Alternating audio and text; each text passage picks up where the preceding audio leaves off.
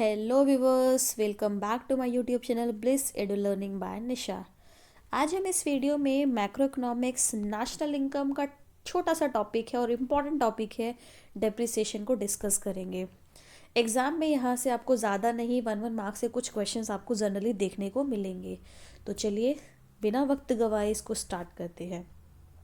सबसे पहले हम यहाँ पर बात ही किसकी करने जा रहे हैं, डेप्रिसिएशन की। डेप्रिसिएशन का एक दूसरा नाम होता है जिसको हम इकोनॉमिक्स में बोलते हैं कंजप्शन ऑफ फिक्स्ड कैपिटल। तो आपको याद रखना है, depreciation is also known as consumption of fixed capital. नाम से ही पता लग रहा है, यानी फिक्स कैपिटल जिसको आप कंज्यूम करोगे तो कंज्यूम करते रहोगे तो ऑब्वियसली वो डेप्रिशिएट होंगे। क्लियर। डेप्रिसिएशन मीन्स जब आप किसी फिक्स एसेट्स को यूज़ करते हो और ऑब्वियसली जब आप उसको यूज़ करते हो लॉन्ग पीरियड ऑफ टाइम तक, सेवरल ईयर्स तक यूज़ करते हो, तो धीरे धीरे उस एसेट्स की वैल्यू क्या होती है, डाउन होने लगती है। ठीक है। इट मीन्स कि जब भी कोई फिक्स एसेट्स की वैल्यू कम होने लगती है, क्लियर है, जब भी कोई फिक्स एसेट्स की वैल्यू कम होने लगती है वो कहलाता है डेप्रिसिएशन। और डेप्रिसिएशन यहाँ पे 3 तरीके से हो सकता है। पहला है normal wear and tier.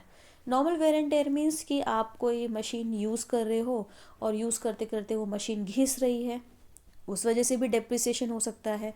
Second, accidental damage.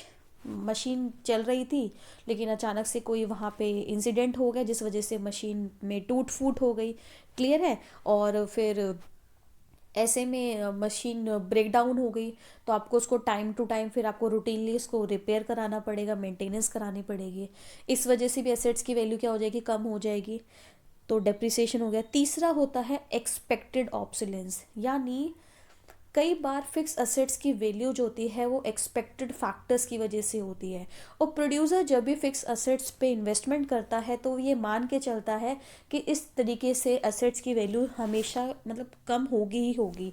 वो कारण क्या है, यहाँ पर 2 है।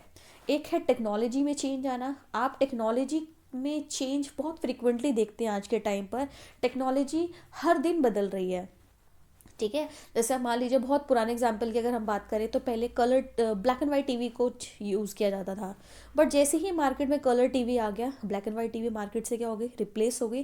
तो ऐसे में ब्लैक एंड वाइट टीवी जो फिक्स असेट्स थे वो क्या हो गए, वो अपनी वैल्यू क्या कर गया, लूज़ कर गया, वो कहलाएगा डेप्रिसिएशन।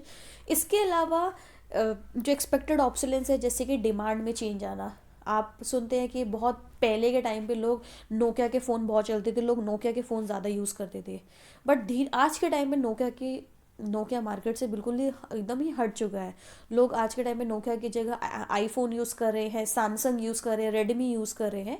तो इन रीजंस की वजह से, यानी एक्सपेक्टेड ऑब्सोलेंस मीन्स टेक्नोलॉजी में चेंज आ जाता है या फिर डिमांड में चेंज आ जाता है, इनकी वजह से जब एसेट्स अपनी वैल्यू को खोने लग जाए वो भी कहलाता है डेप्रिसिएशन। क्लियर।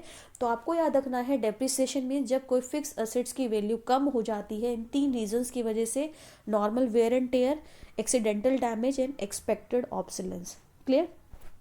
अब देखिए, जब इस तरीके से एसेट्स अपनी वैल्यू को लूज़ करते हैं, क्लियर है, अब ऐसे में जब एसेट्स की वैल्यू कम हो रही है तो उस एसेट्स की वैल्यू को उस एसेट को क्योंकि ऑब्वियसली जब एसेट्स की वैल्यू धीरे धीरे कम होती जा रही है और एक टाइम के बाद वो एसेट यूज़ करने लायक नहीं है, तो आपको उस एसेट्स को रिप्लेस भी तो करना पड़ेगा। क्लियर। तो जो भी जितने भी फिक्स एसेट्स जो वॉर्न आउट हो चुके हैं, जो ख़राब हो चुके हैं, जिनको रिप्लेस करने की ज़रूरत है, तो ऐसे में उन एसेट्स को रिप्लेस करने के लिए एक अलग से फंड क्रिएट किया जाता है। उस फंड को बोला जाता है डेप्रिसिएशन रिजर्व फंड। क्लियर। इसको एग्जाम्पल से समझते हैं। जैसे मान लीजिए, एक प्रोड्यूसर ने एक मशीन खरीदी 1 लाख की और एक्सपेक्टेड है कि वो मशीन 10 साल तक चलेगी और 10 साल के बाद उस मशीन बिल्कुल वो वॉर्न आउट हो जाएगी, उसको रिप्लेस करना पड़ेगा। तो ऐसे में उस मशीन के लिए हर साल हम कैलकुलेट करेंगे कि हर साल उस मशीन के लिए कितना रिजर्व फंड रखना पड़ेगा, ताकि जब वो मशीन अपने 10 साल पूरे कर ले और 10 साल बाद उस मशीन को हटाया जाएगा तो उस फंड का इस्तेमाल कर लिया जाए। जैसे 1 लाख की मशीन थी, 10 साल तक यूज़ करोगे, इसका मतलब क्या है, उस प्रोड्यूसर को हर साल जो है 10,000 का डेप्रिसिएशन रिजर्व फंड अपने पास रखना पड़ेगा, ताकि जैसे ही वो मशीन 10 साल कंप्लीट कर ले और 10 साल बाद उस मशीन को हटाया जाए तो इस फंड का इस्तेमाल करके जो उसने हर महीने इकट्ठा किया है, उस हर साल जो इकट्ठा किया है उस फंड का इस्तेमाल करके वो नई मशीन को खरीद पाए। क्लियर। बट जो सबसे इम्पॉर्टेंट आपको यहाँ पे जो बात समझनी वो ये समझनी है कि इस डेप्रिसिएशन रिजर्व फंड जो है वो प्रोड्यूसर सिर्फ और सिर्फ एक्सपेक्टेड ऑब्सोलेंस के लिए रखता है। यानी जो एसेट्स की वैल्यू कम हुई है, अगर वो टेक्नोलॉजी की वजह से कम हुई है या डिमांड में चेंज कम होने की वजह से हुई है, सिर्फ क्योंकि इन चीज़ों को एक प्रोड्यूसर एक्सपेक्ट कर सकता है, तो जो चीज़ एक्सपेक्टेड है उसी के लिए तो आप उनको हटाने के लिए फंड रखोगे। तो जो डेप्रिसिएशन रिजर्व फंड है ये सिर्फ और सिर्फ एक्सपेक्टेड ऑब्सोलेंस के लिए ही होता है। ठीक है। बट एक्सपेक्टेड ऑब्सोलेंस तो आपने समझ लिया। दूसरी टर्म आती है यहाँ पे अनएक्सपेक्टेड ऑब्सोलेंस। ये क्या होता है? अनएक्सपेक्टेड ऑब्सोलेंस मीन्स जब कोई फिक्स असेट्स की वैल्यू अनएक्सपेक्टेड कारण की वजह से होती है। एक प्रोड्यूसर ने एक्सपेक्ट नहीं किया था बट फिर भी ऐसा हो गया जिसकी वजह से उसके असेट्स की वैल्यू डाउन हो गई। पहला है नेचुरल क्लैमिटीज़। आप जानते हैं नेचुरल फिनोमिनन जो हमारे कंट्रोल में नहीं है और हम कभी भी इसको प्रेडिक्ट नहीं कर सकते, कभी भी हो सकता है। कोई फ्लड आ गया, कोई फायर हो गई, ठीक है, इस वजह से असेट्स की वैल्यू कम हो गई। एंड सेकेंड रीज़न इज़ कि वो एसेट्स की मार्केट वैल्यू इसलिए कम हो गई क्योंकि रिसेशन आ गया। रिसेशन क्या होता है? जब लोग डिमांड कम करते हैं तो प्रोडक्शन कम होता है, क्योंकि इनकम कम होती है। प्रोडक्शन कम होगा तो फर्दर क्या होगा? उस एसेट्स को यूज़ ही नहीं किया जाएगा तो उसकी मार्केट वैल्यू क्या हो जाएगी? कम हो जाएगी।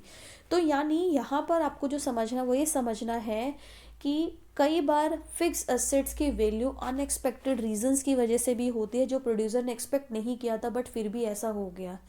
ऐसे में जो फिक्स एसेट्स की वैल्यू कम होती है वो लॉस कहलाएगा आपका कैपिटल लॉस। ध्यान रखना है, अगर जो फिक्स एसेट्स की वैल्यू कम हुई है वो एसेट्स को यूज़ करने की वजह से और उसने एक्सपेक्ट किया था इसीलिए, तो वो कहलाएगा डेप्रिसिएशन। बट अगर कई बार ऐसा भी लॉस होता है फिक्स एसेट्स में जो उसने एक्सपेक्ट नहीं किया था, मशीन यूज़ में नहीं थी बट फिर भी क्लैमिटीज़ आ गई, नेचुरल क्लैमिटीज़ आ गई, मशीन आपकी ख़राब हो गई। क्लियर है। तो जब फिक्स एसेट्स की वैल्यू अनएक्सपेक्टेड रीज़न की वजह से होती है वो कहलाता है कैपिटल लॉस। और इस तरीके के लॉस के लिए कभी भी डेप्रिसिएशन रिजर्व फंड नहीं रखा जाता है, क्योंकि इसको आप एक्सपेक्ट ही नहीं कर सकते हो, तो उसके लिए क्या फंड क्रिएट करोगे? आपको नहीं पता, ये तो कभी भी आ सकता है। क्लियर। तो ये था टॉपिक आपका डेप्रिसिएशन से रिलेटेड। बहुत छोटा टॉपिक था लेकिन एग्ज़ाम में यहाँ से पूछा जाता है, तो आई होप आपको ये टॉपिक क्लियर होगा। So don't forget to like, share and subscribe my YouTube channel. Thank you, thanks for watching.